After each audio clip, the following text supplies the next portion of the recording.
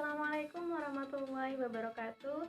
Nama saya Alisa Mulyani, mahasiswi Stainu Kota Bumi Lampung, prodi PGMI semester 3.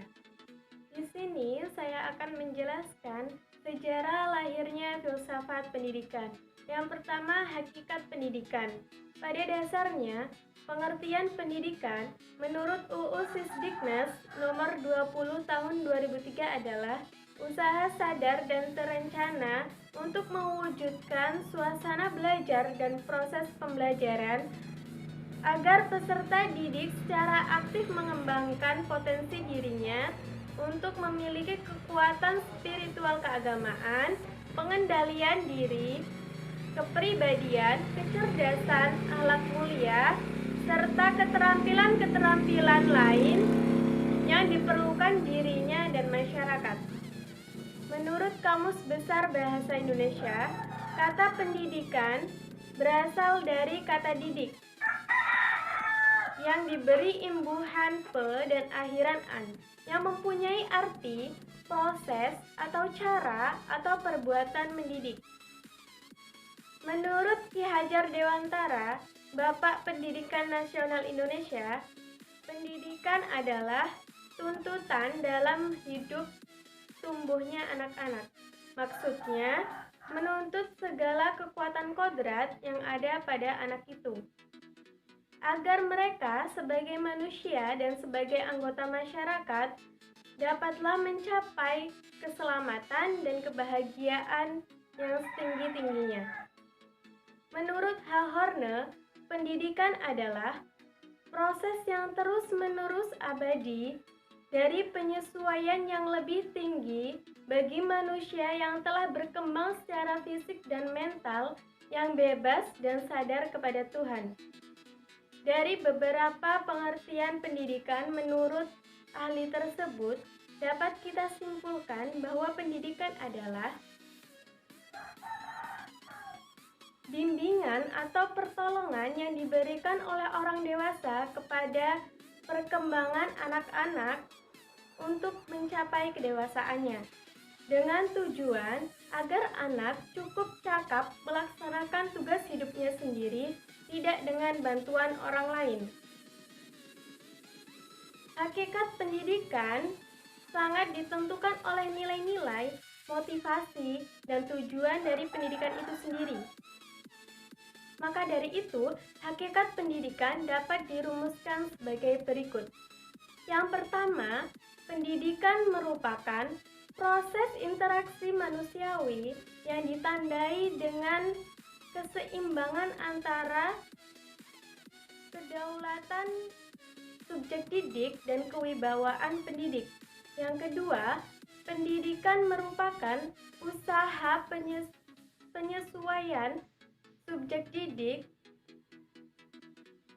terhadap lingkungan yang mengalami perubahan yang sangat pesat. Yang ketiga, pendidikan meningkatkan kualitas kehidupan pribadi maupun masyarakat. Yang keempat, pendidikan berlangsung seumur hidup. Selain itu, pendidikan juga mengarah pada asas-asas seperti asas atau pendekatan manusiawi atau humanistik, asas kemerdekaan, asas kodrat alam, asas kebudayaan, asas kebangsaan, dan asas kemanusiaan. Jadi, pada intinya, hakikat pendekatan adalah mendidik manusia menjadi manusia, sehingga hakikat atau inti dari pendidikan itu tidak terlepas dari hakikat manusia. Sebab urusan utama pendidikan adalah manusia. Sejarah filsafat pendidikan. Filsafat diakui sebagai induk ilmu pengetahuan, the power of science, yang mampu menjawab segala pertanyaan dan permasalahan, di antaranya masalah-masalah yang berhubungan dengan alam semesta hingga masalah manusia dengan segala problematika dan kehidupannya, dan permasalahan yang ada di lingkungan pendidikan. Menurut John Dewey, seorang filosof Amerika, filsafat merupakan teori umum dan landasan pertanyaan dan menyelidiki faktor-faktor realita dan pengalaman yang terdapat dalam pengalaman pendidikan. Apa yang dikatakan John Dewey memang benar. Karena itu, filsafat dan pendidikan memiliki hubungan hakiki dan timbal balik. Filsafat pendidikan yang berusaha menjawab dan memecahkan persoalan-persoalan pendidikan yang bersifat filosofis dan memerlukan jawaban secara filosofis juga. Jika kita memperhatikan pemikiran orang barat yang membahas filsafat, mereka sama sekali lepas dari apa yang dikatakan agama. Bagi mereka, titik berat filsafat adalah mencari hikmah. Dari uraian di atas, dapat diketahui bahwa filsafat mulai berkembang dan berubah fungsi dari sebagai induk pengetahuan menjadi semacam pendekatan perekat kembali sebagai ilmu pengetahuan yang telah berkembang pesat dan terpisah satu dengan lainnya. Jadi jelaslah bagi kita bahwa filsafat berkembang sesuai perputaran zaman. Paling tidak, sejarah filsafat lama membawa manusia untuk mengetahui cerita dalam kategori filsafat spiritualisme kuno, termasuk wilayah timur jauh yaitu Cina, India, dan Jepang. Di India, berkembang filsafat spiritualisme, Hinduisme, dan Buddhisme. Sedangkan di Jepang, berkembang Sintoisme, begitu juga di India berkembang Taoisme dan Konfusianisme. Yang pertama, Hinduisme. Pemikiran spiritualisme Hindu adalah konsep karma yang berarti setiap individu telah dilahirkan kembali secara berulang dalam bentuk manusia atau binatang sehingga ia menjadi suci dan sempurna sebagai bagian dari jiwa universal atau reinkarnasi. Yang kedua, Buddha. Pencetus agama Buddha ialah Siddhartha Gautama, tahun 563 sampai 483 sebelum Masehi. Sebagai akibat dari ketidakpuasannya terhadap ajaran atau penjelasan para guru Hinduisme tentang kejahatan yang sering menimpa manusia. Filsafat Buddha berkeyakinan bahwa segala sesuatu yang ada di dunia ini terliputi oleh sengsara yang disebabkan oleh cinta terhadap sesuatu yang berlebihan. Yang ketiga, Taoisme. Pendiri Taoisme adalah Li Tse, lahir pada tahun 604 sebelum Masehi. Tulisannya yang mengandung makna filsafat adalah jalan Tuhan atau sabda Tuhan. Tahu ada di mana-mana, tetapi tidak berbentuk dan tidak pula diraba, dilihat, dan didengar. Yang terakhir, Shinto. Agama Shinto tumbuh di Jepang yang sangat respek terhadap alam natural disebabkan ajaran-ajarannya mengandung nilai antara lain kreasi, generasi, pembangunan, sehingga ia menjadi jalan hidup dan kehidupan dan mengandung nilai optimis. Selanjutnya, tujuan filsafat pendidikan.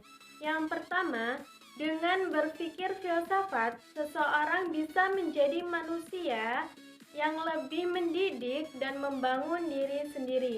Yang kedua, seseorang dapat menjadi orang yang dapat berpikir sendiri. Yang ketiga, memberikan pengetahuan-pengetahuan, memberikan pandangan yang sintesis, sehingga seluruh pengetahuan dapat menjadi satu kesatuan. Yang keempat, bagi pendidik, filsafat mempunyai kepentingan istimewa karena filsafat yang memberikan dasar-dasar dari ilmu pengetahuan lainnya yang mengenai manusia seperti ilmu mendidik. Yang terakhir, urgensi filsafat pendidikan. Filsafat pendidikan merupakan aplikasi ide-ide filsafat ke dalam masalah-masalah pendidikan.